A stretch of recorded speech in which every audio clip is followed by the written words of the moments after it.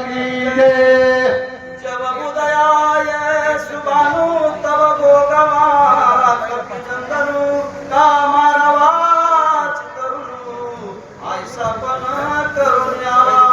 प्रभु रामचंद्र भगवान की जय। हनुमान महाराज की जय।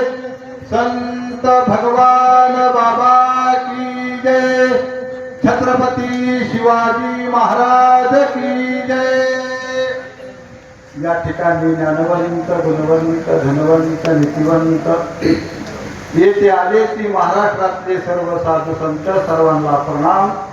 मस्तक हे पायावरी या वारकरी संतांच्या पवित्र आणि पावन अशी रामकथा नाथ महाराज सांगतात। कथेचा भावार्थ असा आहे की अप्सरा हनुमंताला म्हणू लागलेली आहे, तुला दिवस निगुस्तर इथं थांबवण्यासाठी किंवा कपट करून मारण्यासाठी हा राक्षस या ठिकाणी आलेला आहे।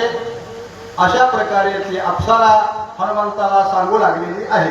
सत्यमानी माझे वचनवदी महापापी दुर्जन न मारिता करील विघ्न सत्य जाण कपिनाथा। हे कपिनाथा, हे हनुमंता, माझं वचन सत्यमान, मी बोलते ते खरं बोलते।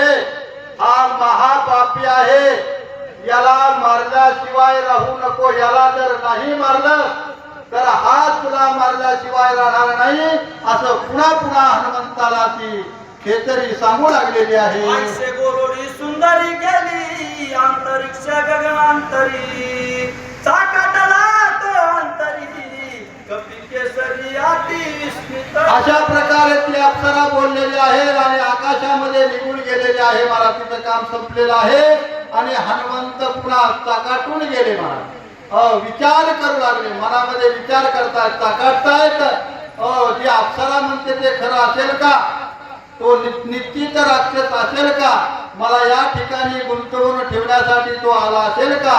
कपट करून मारण्यासाठी तो आला असेल का? अशा प्रकारे चाकाटतात आणि विचार करतात। गेली असता स्वर्गागला चढवतले कपिनंदना विचार धरिला निजमना द्रष्ट हनानला दोनी। अप्सरा स्वर्गाला निघून गेलेली आहे। हनुमंत नवल करू लागले, महाराज नवल, आतापर्यंत मला फसवण्याचा कुणी प्रयत्न केला नाही, मी कुणाला फसलो नाही। हनुमंत नवल करतायत। आता ह्या दुष्ट दुर्बुद्धी राक्षसाला काय करायचं आणि काय नाही करायचं असं मनामध्ये हनुमंत त्या ठिकाणी विचार करतात। सबाय स्मरोणी रघुनाथा राक्षस तर द्रष्ट अवलोकिता समावडाली कपटता श्रीरामदूताच्या